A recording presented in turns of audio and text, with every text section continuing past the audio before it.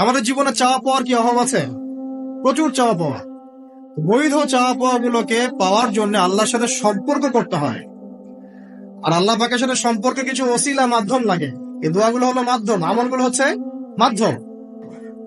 তো আল্লাহ পাক যেমনটা বলেছেন, ফাযকুরুনি আযকুরকুম ওয়াশকুরুলি ওয়ালা তাকফুরুন, তোমরা আমাকে স্মরণ করো, আমিও তোমাদেরকে স্মরণ করব।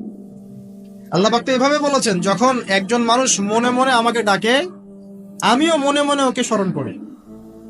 মনে করেন আপনি মনে মনে আল্লাহকে বলছেন, আল্লাহ আমি অসুস্থ, আমাকে শেফা দাও, বা আমার রিজিকের টেনশন আছে, আমার রিজিকের টেনশন দূর করে দাও, আল্লাহ আমাকে হেফাজত করো, আল্লাহ আমাকে দিনের জ্ঞান দাও, তোমার আনুগত্য করার তৌফিক দাও। এই যে মনে মনে আপনি আল্লাহকে ডাকছেন, নিঃসন্দেহে ওই মুহূর্তে আল্লাহ পাক আপনাকে স্মরণ করছে।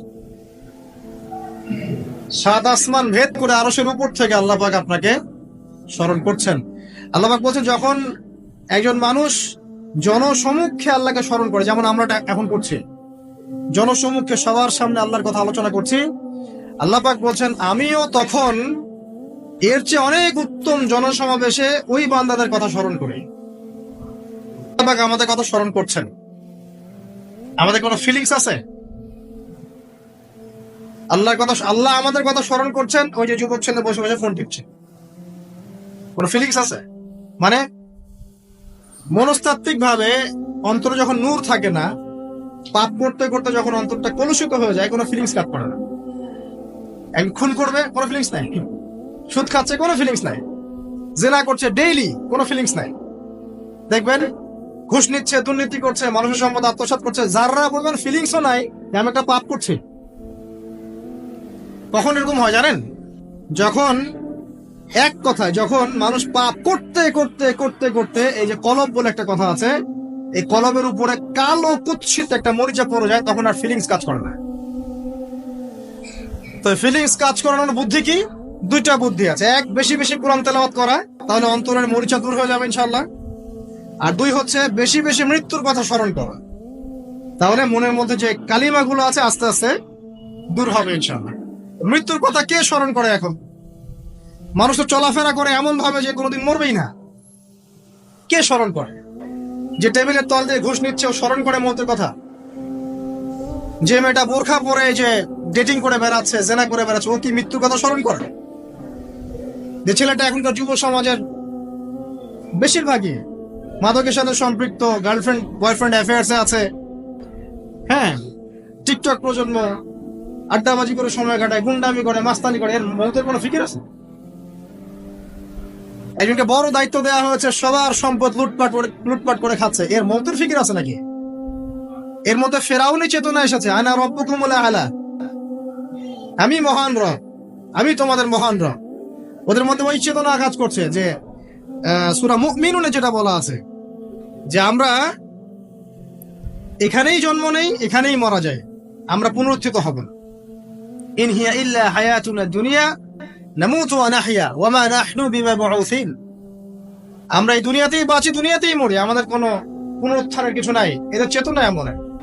কে ফিকির করে মৌত?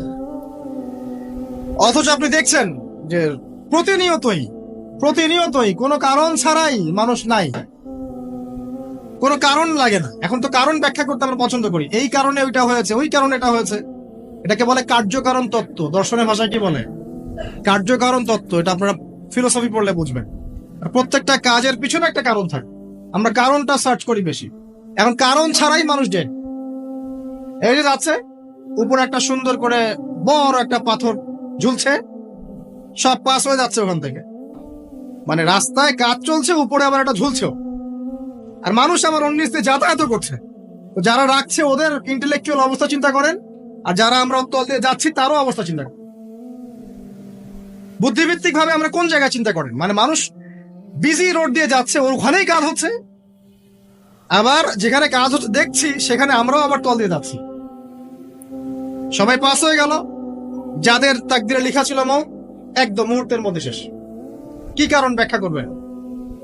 কোন সায়েন্সে ব্যাখ্যা করতে পারবেন না। ওই ময়মনসিংহে ওই যে মহিলাটা যাচ্ছে, ট্রাক মেরে দিয়ে চলে গেল, মহিলার পেট থেকে বাচ্চা পেট ফেটে বাচ্চা বের হয়ে গেল, বাচ্চা জীবিত, মা ডেড। সায়েন্স দিয়ে ব্যাখ্যা করতে পারবেন? এটাই তাকদীর। একেই বলে তাকদীর, যেটাকে সায়েন্স দিয়ে ব্যাখ্যা করা যায় না, বিজ্ঞান দিয়ে ব্যাখ্যা করা যায় না। এরকম ঘটনা কত ঘটছে অহরহ। দুজন বসে আছে, হাজবেন্ড ওয়াইফ, হাজবেন্ডের যাওয়ার কথা, হাজবেন্ড ওয়াইফের গাড়িতে বসছে আর ওয়াইফ হাজবেন্ডের গাড়ি ড্রাইভ করছে। আর এই হাজবেন্ডের দুশ্মন যে ছিল সে টার্গেট করেছিল যে ওই লোকটাকে গুলি করে মারবে রাস্তায়। যেহেতু ওয়াইফ হাজবেন্ডের গাড়ি ড্রাইভ করছে, রাস্তায় ওয়াইফ ডেড, হাজবেন্ড জীবিত। তাকদীর। তো তাকদীরকে কি আপনি এই ভাগ্যটা কি আপনি সায়েন্স দিয়ে ব্যাখ্যা করতে পারবেন? সম্ভব? অহরহ এরকম মৌতের ঘটনা ঘটছে। তারপরেও দেখবেন যুবকদের এই বিলাসিতা, এই মানে আড্ডাবাজি, মেয়েদের পিছনে ঘোরা, এই যে মাদক সেবন করা, টিকটক করা, বুদ্ধি প্রতিবন্ধী প্রজন্মের মতো, এগুলো থামছে না। কোনো শিক্ষাই তারা নিতে যাচ্ছে না। দেখ বয়স হয়ে গেছে, অনেক বয়স, দেখবেন ওই যে চায়ের দোকানে বসে ক্যারাম খেলছে। বুড়া মানুষ, তার হায়াতের কতদিন বাকি আছে আল্লাহ ভালো জানেন। দেখবেন বিদ্যাপি কোনো টেনশনই নাই, ক্যারাম বোর্ড খেলছে, লুডো খেলছে। দেখেন এই যে আপনাদের গ্রামাঞ্চলে যে চায়ের স্টল গুলো আছে, দেখবেন ওই যে টিভি ছেড়ে রেখে দিবি, ঘন্টার পর ঘন্টা টিভি চলছে, মানুষ চা খাবে 1 কাপ আর টিভি দেখবে 5 ঘন্টা। ওর যে হায়াতের কোনো মূল্যই তার কাছে না। আল্লাহ পাক তাকে একটা সময় দিয়ে পাঠিয়েছেন, কোনো ফিলিংসই না।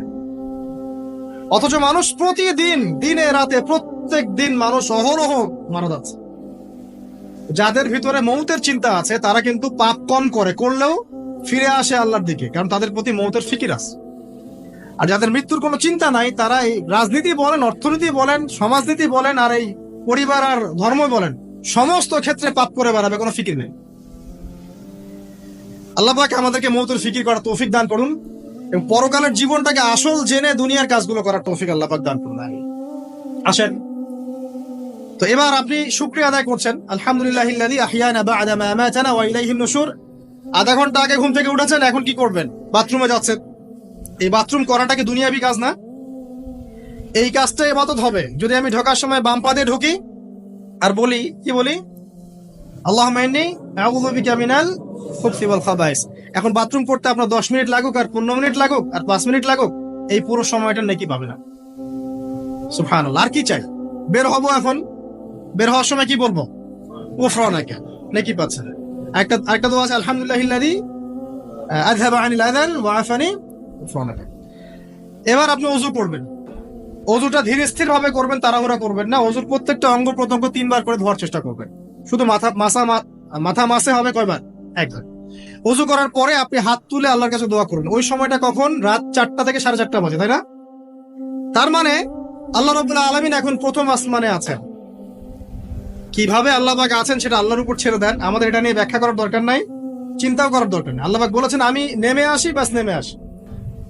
এত বেশি বুদ্ধিজীবী হওয়ার দরকার নেই। খুব বেশি বুদ্ধিজীবী হয়ে গেলে আবার মানুষ খেয়ে হারিয়ে ফেলে। অত দরকার নেই, শুনেছি মেনেছি, বাস যথেষ্ট। আল্লাহ পাক নেমে আসেন, কি বলেন? আল্লাহ বলেন যে কেউ কি আছো আমার কাছে কিছু চাইবে, আমি দিব। কেউ কি আছো যে আমাকে ডাকবে, আমি তোমার ডাকে সাড়া দেব? কেউ কি আছো আমার কাছে কোনো কিছু দোয়া করবে? হ্যাঁ, হাজত আছে, আমি পূরণ করে দেব। এভাবে আল্লাহ পাক ফজর পর্যন্ত বলতেই থাকেন। বলেন তো আমাদের কোনো ফিকির আছে? আমরা সবাই ঘুমাই কয়টায়? হয় 1টায়, না 2টায়, না 3টায় ম্যাক্সিমাম এখনকার। আমি যে বিষয়টা নিয়ে কথা বলছি এটা খুবই কঠিন। 9টা থেকে 10টার মধ্যে বা 11টার মধ্যে ঘুমাতে হবে, এটা খুবই কঠিন বিষয় এখনকার জেনারেশনের কাছে। এর জন্য প্রথম যে কাজটা সেটা হলো রাত্রেবেলা স্মার্টফোন আর চালানো যাবে। এশার নামাজ শেষ, ফোন একদম ডয়ারে লক করে রাখতে হবে। কিচ্ছু করার নাই। এটা না করতে পারলে আপনি ঘুমাতে পারবেনই না। এবং এরপর দিনে আসছি, তখন বলছি দিনে কিছু কাজ আছে। দিনের কাজগুলো যদি আমরা ঠিকঠাক মতো করি তাহলে রাতে তাড়াতাড়ি ঘুম আসবে ইনশাআল্লাহ। যদি না করি তাহলে ঘুম আসবে না। তো শেষ রাতে আল্লাহ পাক আসমানে নেমে আসেন, প্রথম আসমানে, এবং এই আহ্বান করতে থাকেন। তাই ওই সময় ওযু করার পরেই আপনি হাত তুলে আল্লাহর কাছে দোয়া করা শুরু করেন। আপনার যত চাওয়া পাওয়া আছে আল্লাহর কাছে ঢেলে দেন, ইনশাআল্লাহ আল্লাহ রাব্বুল আলামিন আপনাকে খালি হাতে ফেরাবেন না ইনশাআল্লাহ।